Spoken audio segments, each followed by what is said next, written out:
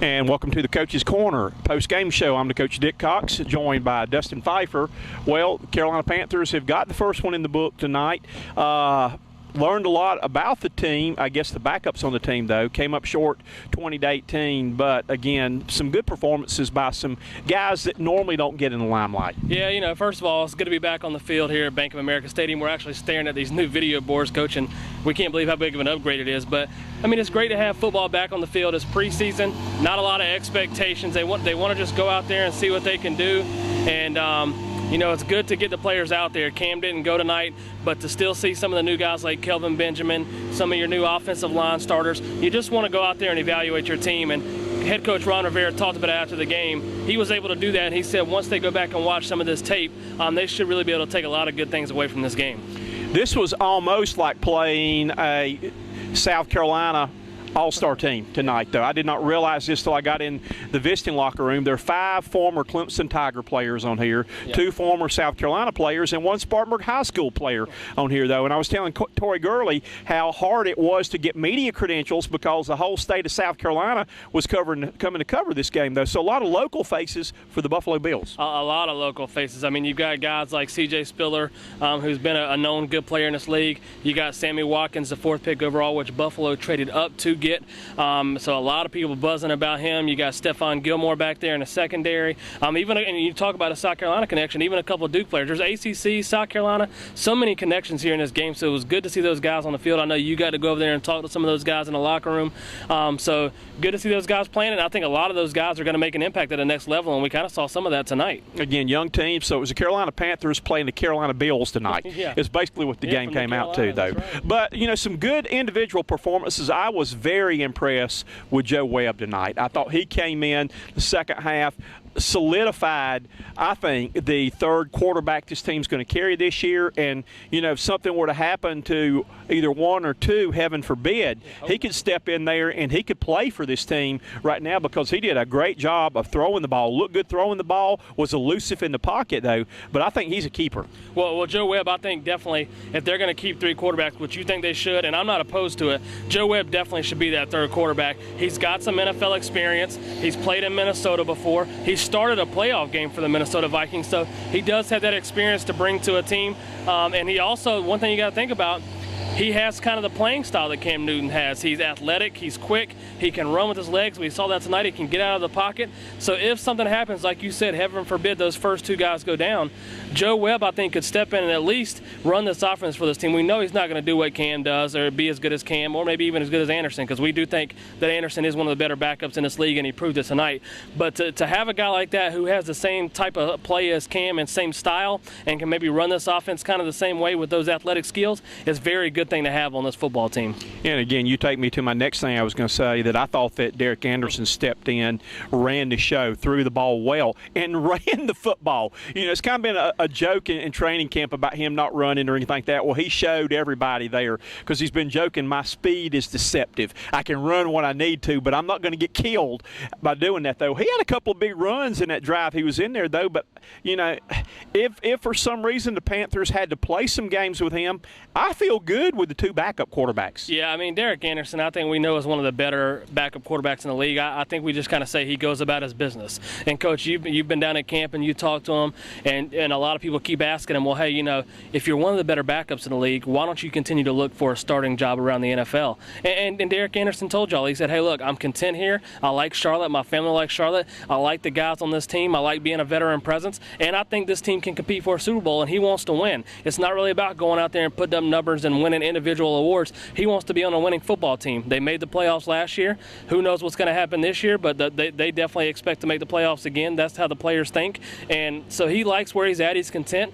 And again, he goes out there and he makes plays. And if Cam did have to miss a game or 2, you know, again, we don't want that to happen. I would feel comfortable with a veteran presence like Anderson being in there running this team. Again, will the offense be as explosive with Cam in there? Probably not. But again, I feel comfortable with him out there controlling this team as a veteran leader. And Cam did not play tonight, though, which I think is a wise choice. It did rain some today. That it was not raining, thank goodness, during the game. We had gotten reports it was going to be kind of a monsoon during the game, but we didn't get a drop of rain during the game, though. But why risk a guy coming off an injury? I don't think he's run much in practice from what I've seen right there, though. Again, yeah, this is your first exhibition game, though, but they held out a lot of players. That D'Angelo Williams did not play tonight from the standpoint that he's gotten a lot of contact work with Jonathan Stewart still out. Why take a chance on getting him injured? You got both of them out, and then you shorthanded going into the season or the other games, though. And there were some other players that didn't play, and this team still played well with some other guys getting a chance to, I guess, make or break themselves on the roster. Yeah, this is the thing we got to touch on a little bit. I know fans want to come out here. They want to see Cam on the field. That's what they have their tickets for. They want to see the starters. But if you're a Panthers fan, a true Panthers fan, and you know how a first preseason goes, and you know the starting quarterback only plays a series or two, why put Cam out there and put him at risk? And there's a couple of factors. Number one, as you said, he's coming back from an ankle surgery. He needs to. He's on path, so don't panic and say he missed this game. Is he going to be ready for the season? They said it after the game. Cam said it at his locker, and Coach Rivera said it. He's on the right path, and he's right where they expected him to be, and he's going to be ready to go for opening day. The other thing is, you've got kind of a new offensive line, Coach. You lose Travell Wharton, you lose Jordan Gross, and you got new starters on the ends. Why put Cam out there for the unknown? Who knows? Mario Williams, when he played the Panthers last season in the regular season, had 4 sacks. Do you want to put Cam out there for the first game to that kind of rush? I don't think so. I think it's a very smart move. I think resting D'Angelo is a very smart move. We talked about it. Jonathan Stewart's hurt. They're kind of short on backs. They lost the 6th-round draft pick who got hurt and then left, and then he got picked up by the Patriots on waivers. So Stole by the Patriots. So you got to be careful with these kind of things. And I think one thing that did impress me, Coach, that Rivera talked about in his post-game press conference is that even though Cam didn't play, he was here at the stadium and he did a full workout. And not only did he do a full workout, his receivers came in and did a full workout with him. Now, I want you to think about that for a second. You're getting ready to play an NFL football game tonight, and you still come in and do a workout. Rivera said that he was so impressed by that because he didn't know how those guys would do a workout and can play a physical football game like this. So I think that shows the kind of connection that Cam has with his receivers and what they're trying to build this season. And like I said, do you want Cam out there? Of course, but I think it's a very safe, smart move for this football team. You are watching the Coach's Corner post-game show, brought to you by our friends at the Beacon Drive-In, by the West Side Club, by the Fellowship of Christian Athletes, by Larry's Trophies, and I've left somebody out, Concoction Ministries, and I had lunch with the owner of Concoction Ministries today. That's why we're partners, Coach. We got each other. That's back. Right. With all them, you've got to do that, though. But, you know, like we said, some other people, the first chance Kelvin Benjamin caught his first career NFL pass, no, not by Cam, from Anderson, and caught his first touchdown pass on kind of an acrobatic play that he tripped. He had beaten Stephon Gilmore. It tripped, was off balance, and still came up with the throw in the end zone. Yeah, you've been down there at camp, Coach. Everybody's talking about Kelvin Benjamin not dropping any balls, making big-time plays, going up and getting the ball. Well, how about his first touchdown? All they talk about is how big he is going up and getting it. Well, he goes to the ground and gets it. He stumbles. After the game, he said he stepped on the back of Gilmore's foot and tripped a little bit, but he knew the ball was coming to him, and he just stayed focused, kept his eye on the ball, and he was able to bring it in. And, again, if that is for the Panthers to have success this year, that is what they're looking for from their rookie, the first-round pick. You expect him to come in, make an impact, and for a guy that size, you expect him to be in the end zone making plays, and it's great to see that in the first game, first action out here, and you can only hope that continues. We were talking about it in the press box, Coach. I think one of the biggest question marks from an outside perspective, national media who's not here every day, is they see all these receivers gone. They see Steve Smith gone, all the top 3 guys, Ginn, LaFell, Hickson, those guys gone, the new teams, and they say, man, how do they replace that? But you got to look at it a different perspective. You bring in a young guy like Kelvin Benjamin. You bring in a couple of veterans to go with them like Cotchery and Avant. And then you have a number of guys who made some plays tonight. Tavares King made some plays. Philly Brown. There's guys out there who are battling for that 4th spot. And I think if those guys can get together, if Benjamin can be the guy we think he looks like he's going to be and he can produce, and you have those veterans to go with them along with the tight ends you had this year, I don't see how this receiving core, along with the tight ends, cannot be better than the production they had last year. And you've got to be pleased to see the catch make because you're a Florida State fan. And the rap on him was he had a tendency of dropping on drops here. But, you know, I talked with several people with the Carolina Panthers organization, and they said the big problem with that was lack of concentration. Yeah. His concentration's up right there, though. But, again, again, that's got to be encouraging to you,